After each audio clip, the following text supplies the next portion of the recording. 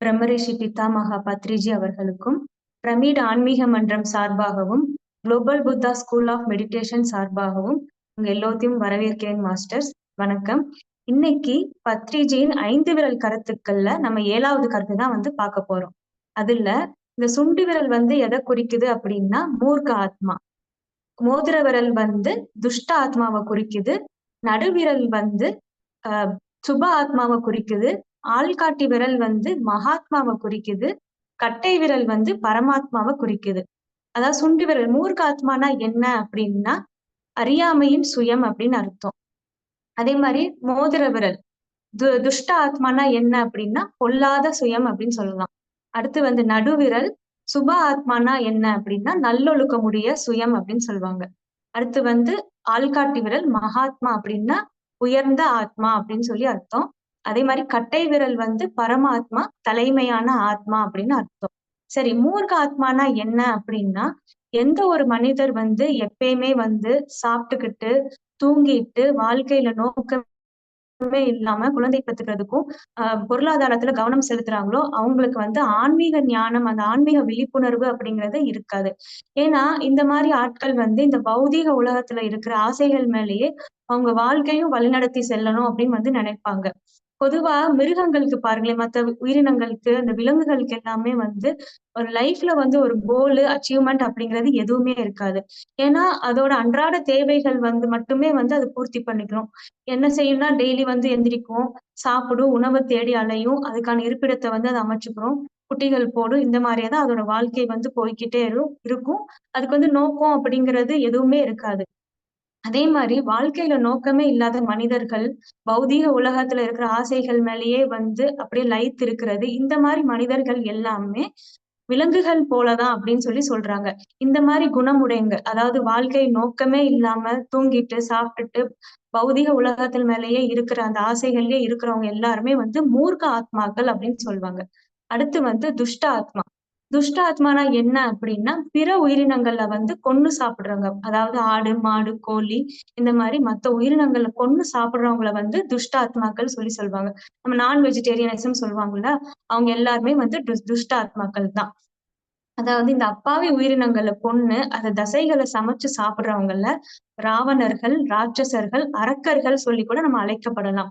பொதுவாவே நம்மளோட உடம்பு மனித உடம்புகள் பயாலஜிக்கலாவே சைவ உணவுக்கு தான் உகந்த உணவு.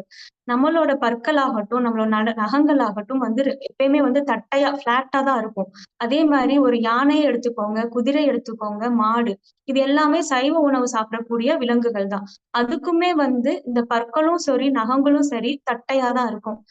இது பூனையோ இல்ல சிறுத்தையோ சிங்கமோ பாருங்க, அதோட பற்களும் சரி நகங்கள் சரி ரொம்ப கூர்மையா இருக்கும். அதனால நம்ம உடம்பே சைவ உணவு தான் உகந்த உணவு. ஆனா நம்ம பிற உயிரினங்கள்ல துன்புறுத்தினாலோ பிற உயிரினங்கள் கொன்னு சாப்பிட்டாங்களோ நம்ம துஷ்ட ஆத்மாக்கள் தான் அப்படின்னு நம்ம தெரிஞ்சுக்கணும். அடுத்து சுப ஆத்மாக்கள். சுப ஆத்மாக்கள்னா யாரு அப்படின்னா பிற உயிரினங்களுக்கு உணவு கொடுக்குறவங்க தான் சுப ஆத்மாக்கள். அதாவது இந்த ஆடு, மாடு, கோழிகள்லாம் இருக்குது இல்லையா, அதுக்கு புல்லாகட்டும் ஏதாவது உணவு கொடுக்கறது அப்படின்னா அந்த ஆத்மாக்கள் எல்லாமே சுப ஆத்மாக்கள் சொல்லுவாங்க. அதாவது இந்த ஆத்மாக்கள் அவங்க கிட்ட இருக்கிற உணவை மத்த உயிரினங்களுக்கும் கொடுத்தும் வாழ்வாங்க. அதே மாதிரி மத்த உயிரினங்கள் வாழ்றதுக்கும் இந்த மாதிரி ஆத்மாக்கள் உதவியும் பண்ணுவாங்க. இது உங்க பக்கத்து வீட்டுக்காரங்க. பக்கத்து வீட்டுக்காரங்கன்னா மனிதர்கள் மட்டும் இல்ல, நம்மள சுத்தி இருக்கிற ஆடு, மாடு, கோழி, பாம்பு, குரங்கு இது எல்லாமே அதுவும் பக்கத்து வீட்டுக்காரங்களா தான் நம்மள நினைக்கணும். அந்த மாதிரி ஆத்மாக்கள் உணவும் கொடுத்து அது வாழ்றதுக்கும் உதவி பண்றவங்கள சுப ஆத்மாக்கள் சொல்லுவோம். அடுத்து மகாத்மா. மகாத்மாக்கள்னா யாரு அப்படின்னா ஒரு உயர்ந்த ஆத்மாக்கள் அப்படின்னு சொல்லலாம். இந்த மாதிரி ஆத்மாக்கள் மகாத்மாக்கள் போதும் அப்படிங்கிற மனப்பான்மையோடு இருப்பாங்க. எவ்வளவு பொருள் அவங்க கிட்ட இருந்தாலும் அளவுக்கு அதிகமா எதையும் பொருளும் சேர்த்துக்க மாட்டாங்க. எல்லாமே அளவோட போதும் அப்படிங்கிற குணத்தோட தான் இவங்க இருப்பாங்க. அதே மாதிரி இவங்க இந்த மாதிரி ஆத்மாக்கள் அவங்களையே சார்ந்துதான் வாழ்வாங்க. எடுத்துக்காட்டு இப்ப நம்ம மகாத்மா காந்தியடிகள் எடுத்துக்கிட்டாங்க அப்படின்னா, அவங்களோட தேவைகள் வந்து அவங்களே வந்து உருவாக்கிப்பாங்க. இப்ப மகாத்மா காந்தி வந்து அஹிம்சைய வந்து எல்லாத்துக்கும் உணர வச்சாங்க. அஹிம்சைன்னா என்ன? நம்ம பிற உயிரினங்கள் வந்து கொல்லக்கூடாது. எந்த உயிரினங்களுக்கும் தீங்கு விளைவிக்க கூடாது. உயிரினங்கள்ல மனிதர்கள் மட்டும் இல்ல. மனிதர்கள், விலங்குகள் நம்ம சுற்றியுள்ள சுற்றுச்சூழல கூட எதுக்குமே வந்து தீங்கு விளைவிக்காம இருக்கணும். அதே மாரி வன்முறைகள்ல இருந்து விலகி இருக்கணும்னு சொல்லி மகாத்மா சொல்லியிருப்பாங்க. அதே மாரி நம்ம பத்ரிஜி கூட ஒரு மகாத்மா தான். அவங்க வந்து தான்கிட்ட இருக்கிற ஞானத்தையும் சரி, எது இருந்தாலும் அது மத்தவங்களுக்கு பகிர்ந்துக்கணும் அப்படின்னு தான் சொல்லிட்டு போயிருக்காங்க. அதே மாரி தியானத்த சொல்லியிருக்காங்க பத்ரிஜி. சைவ உணவத்த கடைபிடிக்கணும். அவங்க கிட்ட இருக்கிற ஞானத்த சுயநலமா அவங்க கிட்டயே இல்லாம, அவங்க கிட்ட இருக்கிறது எல்லாத்தையுமே வந்து மத்தவங்களுக்கும் அது உதவி புரியணும். மத்தவங்களுக்கும் அது உபயோகமா இருக்கணும் அப்படின்னு சொல்லி தான் எல்லாருக்குமே வந்து அத பரப்பிட்டு போயிருக்காங்க. இந்த மாரி ஆத்மாக்கள் வந்து மகாத்மாக்கள் வந்து மக்கள் கிட்ட வந்து ஆன்மீக வளர்ச்சிக்காகவும், நாகரிக வளர்ச்சிக்காகவும் அதனோட வழிநடத்தி செல்றதுக்கு உதவி புரியிற மகாத்மாக்கள் நபர்கள தான் வந்து மகாத்மாக்கள் அப்படின்னு சொல்லி சொல்வோம். அடுத்து வந்து பரமாத்மா. பரமாத்மா அப்படின்னா நித்திய ஆத்மா கூட வந்து சொல்லலாம். பரமாத்மாவ நான் எப்படி பிரிக்கலாம் அப்படின்னா, பரம் கூட்டல் ஆன்மா. பரம்ன்னா சரணாகதி. ஆன்மா அப்படின்னா ஜீவன்களின் ஆத்மாக்கள் எல்லாமே சரணாகதி ஆகும் இடம் தான் பரமாத்மா அப்படின்னு சொல்லி சொல்வோம். அதே மாரி இந்த நம்மளோட இந்த ஆத்மா வந்து பிரம்மனோட ஐக்கியமாகும்போது, அது பரமாத்மாவாக மாறி, இந்த உலக தனித்துவத்த எல்லாமே அந்த இடத்துல வந்து மறந்துரும். அதாவது எல்லாமே ஒண்ணுதான். எத பார்த்தாலும், ஒரு மனிதர பார்த்தாலோ, இல்ல ஒரு மரங்கள பார்த்தாலோ, ஒரு மேகத்த பார்த்தாலோ, எல்லாமே ஒரு சமமான ஈடுபாட்டுல இருக்கிறவங்க தான் பரமாத்மாக்கள் அப்படின்னு சொல்லுவாங்க. அதே மாரி இந்த பரமாத்மாக்கள் வந்து எப்பயுமே வந்து தான் ஒரு ஆன்மா, அது பௌதீக உடல் மட்டும் இல்ல, எப்பயுமே ஒரு அழியாத ஆன்மா அப்படிங்கிற உணரவும் செய்வாங்க. தியானம் பண்றவங்க யாரு வேணாலும் நம்ம பரமாத்மாக்களா ஆக முடியும். அதே மாரி நம்ம பிரமிட் ஆன்மீக மன்றமும் பரமாத்மா அப்படிங்கிற சொல்லக்கூடிய ஒரு புனிதமான சங்கம் தான் அப்படின்னு கூட நம்ம சொல்லலாம். அதே மாரி இந்த சமூகம் அப்படிங்கிறது எப்ப பார்த்தாலும் வாழ்க்கையில நோக்கமே இல்லாம தூங்கிட்டு, சாப்பிட்டுக்கிட்டு நேரத்த வீணடிக்கிற மூர்க்க ஆத்மாக்கோ, இல்ல பிற உயிரினங்கள்ல கொன்னு சாப்பிடுற துஷ்ட ஆத்மாக்கோ வந்து இடம் இல்ல. அதே மாரி சுப ஆத்மாக்கள் எல்லாம் ஒண்ணு கூடுறதுக்கும், அவங்க மாறுறதுக்கும் இந்த சமூகம் வந்து இடம் கிடையாது. இந்த சமூகமானது பரமாத்மாக்களுக்கான ஒரு சங்கம். அதாவது யார் வந்து அவங்க வாழ்க்கையில முன்னேறணும் அப்படின்னு சொல்லி நல்வழியில முன்னேறதுக்கு முயற்சிகள் பண்ணிட்டு இருக்காங்களோ, அவங்களுக்கான தான் இந்த சமூகம் அப்படின்னு வந்து சொல்வாங்க. அதனால நாம எப்பயுமே எப்படி உணரணும்னா, நாம ஒரு பரமாத்மா. என்கிட்ட வந்து மூர்க்க ஆத்மாக்கள் கூடிய குணங்கள் வந்து என்கிட்ட இல்ல. எப்பயுமே வந்து நேரத்த நான் வீணடிக்க மாட்டேன். நேரத்த நான் எப்பயுமே ரொம்ப மதிப்பேன் அப்படின்னு சொல்லி நாம நினைக்கணும். அதே மாரி யாரெல்லாம் நேரத்த வீணடிச்சுட்டு இருக்காங்களோ, மனிதர்கள் உடம்புல இருக்கக்கூடிய விலங்குகள் நடவடிக்கை கொண்ட மனிதர்கள் தான் அப்படின்னு வந்து சொல்வாங்க. அதாவது மூர்க்க ஆத்மாக்கள் தான். நேரத்த வீணடிக்கிறவங்க எல்லாமே அப்படின்னு சொல்றாங்க.